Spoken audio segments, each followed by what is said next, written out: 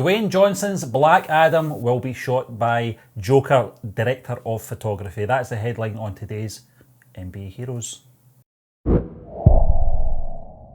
Yes, Stephen, this one's coming in from Screen Rant. You're absolutely right. Larry Sher, of course, who did the director of photography work on the very successful Joker, has been confirmed to be shooting, obviously, the Black Adam movie, which is coming up in 2021. It was confirmed by the great Dwayne Johnson himself. I call him great because I'm a fan of... Great. Yeah, because he's great. No, not even explain why I call him great. He's just great. He confirmed it on Twitter. He says, Larry Sher is a brilliant DP. Actually, I take that back completely. It was actually Stephen Weintraub who confirmed it. Dwayne Johnson just spoke about it. He says that he's a great dude. He's worked together with him, obviously, on Jungle Cruise, which is coming up shortly as well. And he can't wait to spend more time with him. Now, obviously, Stephen, Joker was a magnificent movie and a whole wide array of reasons. For a whole wide array of reasons, if I can speak English correctly. And one of those was really the cinematography. Some of the shots, the way that the angles worked, really added exponentially onto that movie's watchability. What the hell do you make of this? Is this something that excites you even more for Black Adam? Well, there's two things that have excited me about this film, John. Last week we got the artwork, which incorporates, obviously, the likeness of Dwayne Johnson into the character, which excites me. I think that's a perfect visual for the character, and he looks amazing as well. Also, you're right, John, the director of photography is one of the most important roles of any film. It gives the film its look, it's what people remember, and it's almost its own character. And it also gives us a sort of idea of where this film is going to be going, as well as for the look of the sheer feel of the film as well. And that's one of the things that excites me about this news, because your man's done, I can't remember his name, sorry. That's the name. I reminded you earlier as well what his name was. And I just feel I just think bringing someone on after coming off the back of that successful movie Joker, because that was one of the things. Obviously Todd Phillips is getting a lot of credit, and rightly so, for the direction of the movie, but you can't ignore this man's work either. And I think they've took that on board, and that's why they want him on this project, because it's a unique look. I think as well, it's a good way of keeping these talented people in the studio as well involved in this. I know that obviously Joker's not directly involved with the DCU or anything like that, but up to now anyway. So I'm looking forward to this film. I was looking forward to it anyway because Dwayne Johnson was involved, but now I've seen some of the artwork, it looks absolutely superb. Obviously the backstory as well, John, we looked into, because we've always put our hands up on this show and on this channel in regards to comic book material. We're not well versed in the actual, comic books, more of the cinematic side of things, and we didn't really know too much about the character. And obviously, over the last 6 months since more news has been coming out, we've looked more into that, and that's what we do here. So I'm looking forward to it, John. I can't wait. I think bringing someone with this credibility and talent can only be a good thing. Certainly can, Stephen. It can only help as you did say, the movie in general, because you actually look at the director, and he is not really. He's not got a great back catalogue of movies at all. Yeah, well, saying that, he's worked on Jungle Cruise as well, and I actually did like the look of the Jungle Cruise trailer. He worked on The Commuter, which I believe you've seen. I have still not seen that movie. That was a good film, but outside of that, it's not got a great history, so certainly you need to get some, how shall I put it, established figures in there who will help him on his, obviously, job of creating and crafting this movie. I mean, up to maybe 5-7 years ago, we didn't know the Waititis are in, these kind of directors. So, yeah, exactly. And they've got the right team behind them, then it can only be a good thing. Absolutely. Stephen, look, I'm really excited for this movie as well. As you know, I'm a massive fan of Dwayne Johnson. I go and watch his terrible movies. Absolutely terrible movies. So I will absolutely be watching this one. Really enjoyed Shazam. I thought it was I want to say it's an immediate cult classic, but maybe that's doing it down, because it's perhaps better than a cult classic. It was a really fun, light-hearted, comedy-heavy movie. Zachary Levi was magnificent in it. Yes. I thought the way that was shot, and just even the antagonist, Mark Strong, was a really cool antagonist. That set the bar for this sort of a more comedic, lighter tone. Aren't we glad they didn't use Black Adam in that film, John? Absolutely, Stephen. That was the initial plan, to throw Black Adam in there, but as we said before we came on, it's like putting the Joker in right away with the Batman. Or Batman, I'm doing Heath Ledger's The Batman. Yeah. It wouldn't work here. Using up all of that creative goodness right away. I mean, just slow it down. Slow build up. We got the Mark Strong character. He was a fitting antagonist. Yeah. It was an origin story in a sense for this younger version of Shazam coming in. I can't recall the little guy's name, the younger guy who becomes the champion Shazam. But yeah, it was the correct decision to hold it off, let it breathe, get people in, get them accustomed to this more lighter toned version of a DC movie. Prior to that, it was very dark with Justice League, Dawn of Justice, and then obviously Wonder Woman had comedic elements, but it wasn't light and airy. We got another version, Aquaman, which was more airy and lighter in tone. Not as much so as Shazam though. And now, in a few years' time, we will be getting Black Adam. And look, Stephen, you're right. I looked into the character, and I'm excited about this character as well. First and foremost, because Dwayne's playing him, and he's a perfect fit for me in terms of aesthetics and just what he'll bring to it. Just absolute blockbuster. The guy is gold. He will bring people into theatres just to watch it alone. But the actual character himself from the comic books, he's such an intriguing guy. He was initially a Shazam champion. He was made champion by the wizard Shazam. I'm saying Shazam that much, I'm starting to lose the meaning of the word. It's not coming off the tongue quite as well as it should. And then he starts being corrupted. He's initially a hero of humanity, and then he becomes more and more corrupted by his ideals and his interests and desires, and then he then becomes Black Adam, an antagonistic figure. But in his soul, he thinks that he is the right person to lead humanity. He thinks that his actions he's taking are necessary for the greater good. And this alludes back to what Dwayne Johnson was alluding to, where he says that he's perhaps not as evil as you would think. So I think initially in this movie, it could be an origin story. We'll see him starting off as maybe a Shazam, a good guy, and then he starts becoming corrupted. And then we'll see him becoming darker and darker. But just the fact, Stephen, that he is, in his eyes, he's right. From a certain point of view. It's almost like Thanos, and it's like other great villains we've seen. Killmonger, obviously, Michael B. Jordan's character in Black Panther. And from their perspective, they're correct, they're just. But obviously from everyone else. They're the best villains, John. Yeah, they're the best villains. You don't like black and white villains, Stephen. You like to see a bit of greyness in there and make them more complex. And certainly that's what we're getting here. And just him, finally, when he gets to collide with, obviously, Shazam, maybe in 5, 6, 7 years, it's going to be epic. I cannot wait to see the movie. And the fact that they are bringing on this great director of photography who's coming off the back of massive success with Joker. He's worked with him on Jungle Cruise. They've worked together. He's a fantastic cinematographer. The iconic stare shot in Joker. It's just, that's solidified in the minds of most movie-going fans for life now. So I think they're doing the right thing. They're harnessing this guy while he's very hot, and he's hopefully going to come on, bolster a relatively inexperienced director, and make it a really good movie overall. But look, Stephen, I don't know if you've got much more to add. No. So we shall move on to the very next topic. It's all about Thor: Love and Thunder, and how it is being set up by a deleted scene from the Dark World. This deleted scene encompasses obviously Jane herself, Jane Foster, Thor. They have an interaction. Thor wants to take her back to Asgard with him and Odin. It's after the events of the Dark World, as I did say. She can't go, there's nothing there for her. He goes away with Odin to become the king of Asgard.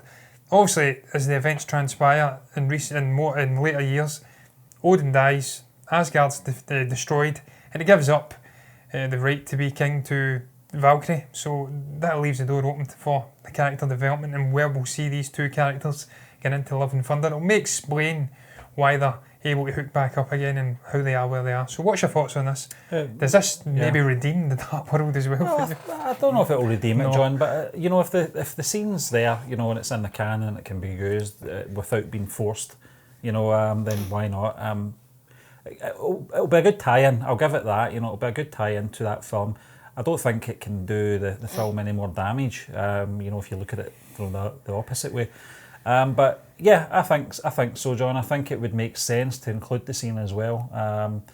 And it does kind of, you don't want to regurgitate what Thor's already done in Endgame and, his sort of mental breakdown and where he was at that place, So let's go back to where they're going to take this film, Love and Thunder, and where it connects to. There's nothing wrong in doing that. You saw it with The Dark Knight Rises, John, where a lot of people didn't like the fact that they kind of didn't really have any connection with the Dark Knight film. It was more of a connection.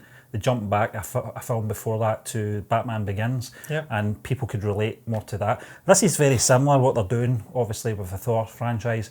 They're not wanting to go back to where Thor was in Endgame. But he's been there, and he seems to be on the road to... he's on the right road. And they don't want to get back to where he was in that world either. This stuffy, more Shakespearean sort of a character. He's become more light-hearted. So that's how they get around it.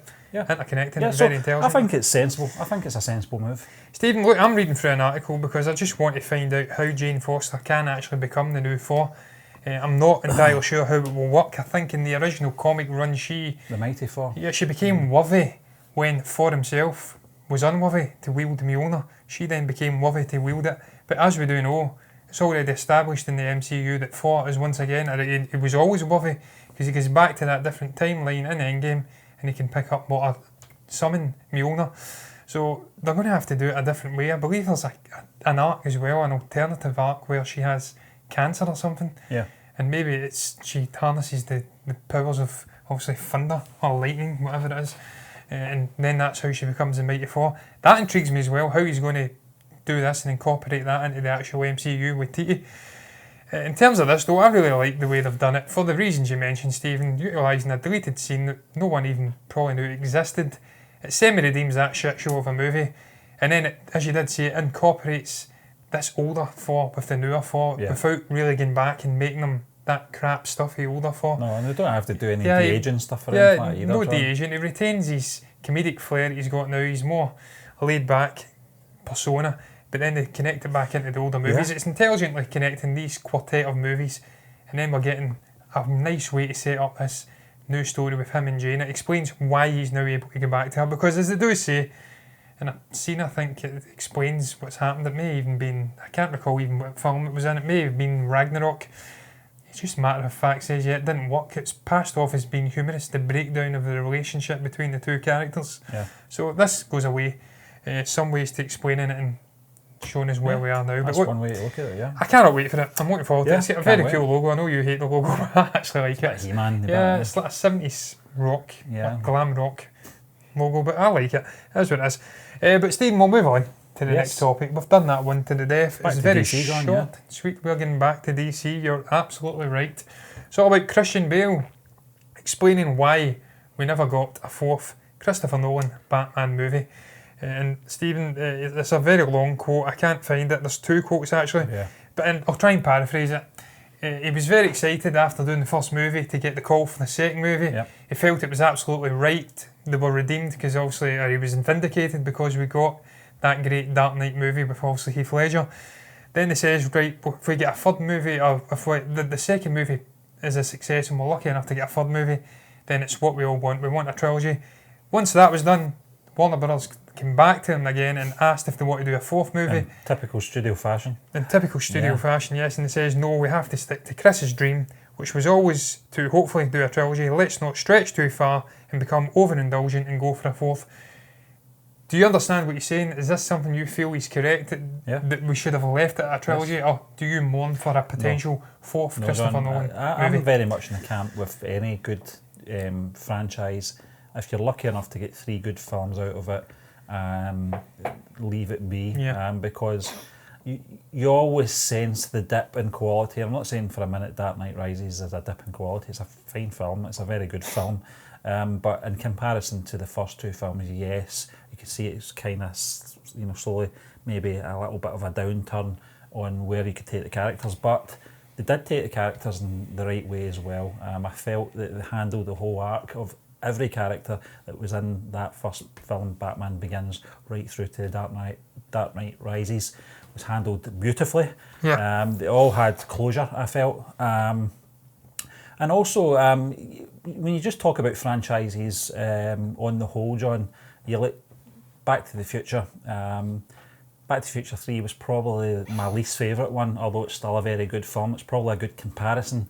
You just know when to call it a day, don't ruin a good thing. And that's one of the things that I find very rare these days, and I find it very precious that directors are so tempted to keep churning out films. And obviously, yeah, John. And as much as I did like the last Rambo film, Sylvester Stallone, no harm to him, but he doesn't know when to call it a day on his characters. We keep seeing Rocky Balboa coming back one more time, and one more time. John Rambo's the same. They're obviously talking about this Matrix 4, which I think both of us, after weighing up the pros and cons, we weren't interested in a fourth instalment for that film. But the difference with that one was the third film wasn't that good to begin with. So, I mean, I can look back on the original Star Wars trilogy as well. Return of the Jedi as a kid was one of my favourite films. Your favourite, out of the three. But as I got older, obviously, The Empire Strikes Back, grew to be my most favourite. And then you start seeing the sort of dip in quality with the Return of the Jedi storyline as well. So there seems to be a pattern. I think if the director and the actors and writers who are all involved in the first couple of films can all sense that that it's best just to leave it at 3 films, then that's always probably 99% of the time is the correct decision. And Christopher Nolan's not a guy who's widely associated with multiple movies anyway. No, he doesn't get back and do sequels. So this is the only time he's had a mini franchise. So that in itself was an alien concept for Christopher Nolan. He likes to go and do his own standalone movies with wacky ideas sometimes. Memento, Memento, what was the one? The Prestige. So he likes to do it, and there was another one, Inception I think. as well. Yeah, Inception. So he likes to do his standalone movies. So the fact that we even got 3 movies, I'd say 2 great movies and 1 okay movie, was a real blessing I would say as well, Christian Bale probably falls into that camp as well. He doesn't do any franchise we both movies. enjoyed him in Terminator Salvation, but we don't really know if he wanted to commit his time to playing John Connor again. We always say we'd have liked to have seen a trilogy of that, but we never actually stopped to ask a question. Did Christian Bale actually? I don't think he would have, Stephen. He's a very transformative actor. As we spoke about last week, he's chucking that now. He's not going to be losing and gaining weight as much. But he's a guy who likes to go off and do different things. And who can blame him? So he won't want to be stereotyped, pigeonholed into one particular typecast, as I would want to put into one particular sort of a role. So I think we were just blessed to get the 3 movies we got. I think, as you say, Stephen, trilogies have a bit of a magical element to them. There's something about 3 great movies, even 2 and 1 decent movie. You've seen it, as you alluded to, Back to the Future, Star Wars, The Godfather was another one, dipped dramatically going into that 3rd movie. It's just something, you have to know when to call it quits. In terms of storytelling, is it done what you want it to do? Is it beginning, middle and end? End it before you lost sight. That's basically exactly, Stephen. And I think if we get Heath Ledger, perhaps not having the tragic circumstances he had, and if he was willing to come back, it would have been overall an even better trilogy, and we may have had scope to go off and do more movies, but that's all ifs, buts and maybes. It wasn't to be in the end, sadly. And I think they called it quits at the right time. I agree with Christian Bale, and I just don't think Christopher Nolan would have ever been interested in doing more than a trilogy. He says it in the article he wanted, if he was lucky enough to finish with a trilogy. And it was perfect. I've still got it in Blu-ray. It's one of the few physical copy movies I actually have. I gave up an absolute ridiculous amount of Blu-rays. It really is. It's a magnificent box set, the way with the little silver logo at the front. That, Star Wars and Back to the Future are the only 3, and actually The Godfather as well, the Coppola Special Edition. They're the ones that I still have, and that's because of magic. It's trilogies, and there's something about great standalone movies, but great trilogies, a trilogy of movies. So without further ado, Stephen, I'm done with that one, and I shall move on to the 3rd and final topic of today's MBE Heroes. It's all about Avengers Endgame, and Lou Ferrigno is not, I think that's who you say his name, is not happy with the Hulk. He's disappointed. And it's all about the visuals. He says that the visuals, the CG, weren't befitting of Hulk, that it has this monster element to it, the Hulk, and it was sadly missing in the Smart Hulk version. He puts it down to the studio, Disney, and Mark Ruffalo. What's your thoughts on this? Well, I don't know what he means by that, John. I did read the quote, how he's kind of blaming both camps. But I get what he means in regards to visually. The character has changed over the years, John, but that's more to do with technical things more than anything else. When I did read the headline, I thought it was more of the portrayal of the character, but it doesn't really get into that as such. That seems to be more of a gripe with fans more than the actual visuals. Not a lot of people have actually commented on the visuals, but this is a combination of both the actor's look, obviously Mark Ruffalo, and the character, the Hulk, and blending both of them in to give him that sort of look that you can recognise it's Mark Ruffalo playing the character. Maybe that's what he means. Although he is green, you know. And I think what he's kind of hinting on as well, John, is the sort of manner of the character as well. It's just not the Hulk. Well, it is in some canon, and it's, you know, if you're more of a traditionalist, certainly this actor who portrayed the Hulk in the 1970s, early 80s television programme portrayed the character to that sort of point where it was just all rage, Hulk smash, etc., you know, in the television series with Bill Bixby. Yeah, I can understand where he's coming from, but we're in an age now, John, where we're seeing characters develop. We were just talking about Thor there, where he's came from. You're right. Thor was more of a Shakespearean sort of portrayal of, you know, the Norse god, and where they took that character, the development of that was for the better, because you've got to keep the character interesting. You know, you don't want to see the same performance and the same delivery time and time again. It becomes very stale. We wouldn't be getting another Thor film if that was the case. People were very bored of the Dark World.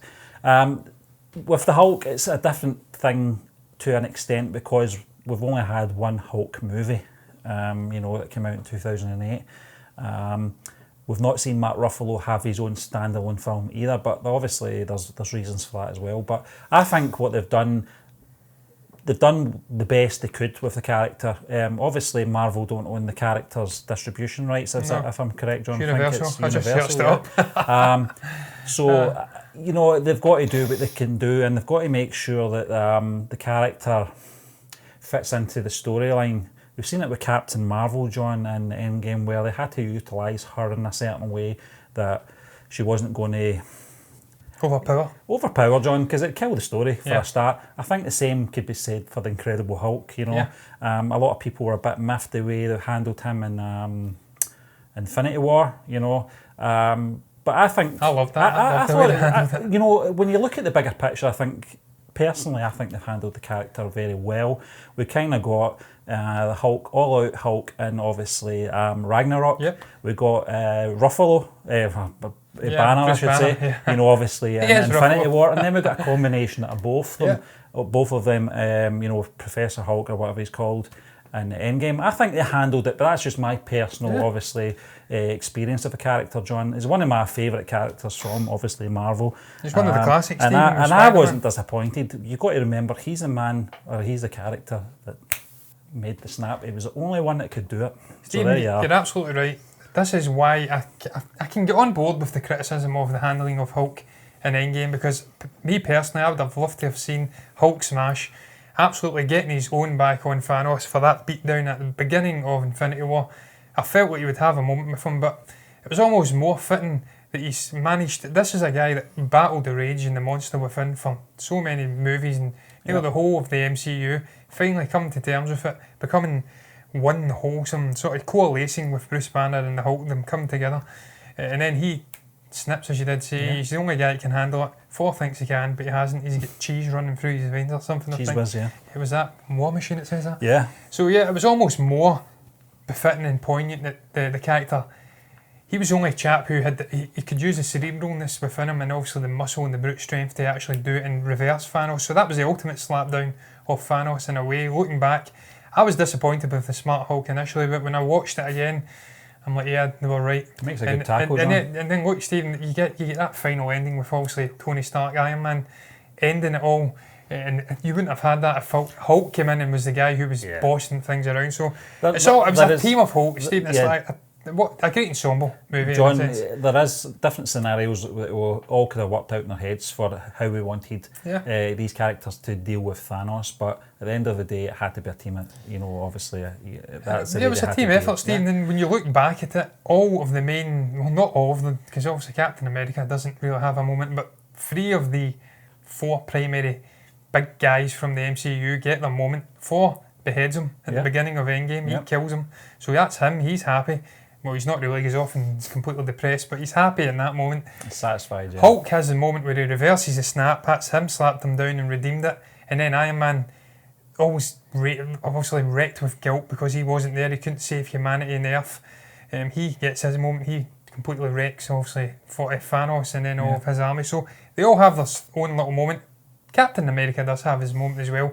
He shows he's the ultimate human figure. He's brave and he's tenacious. He stands up in front of the whole army, and then he's able to wield Mjolnir as well. So he has a great moment too. My all-time favourite character, incidentally, Captain Marvel, Captain America, in the MCU.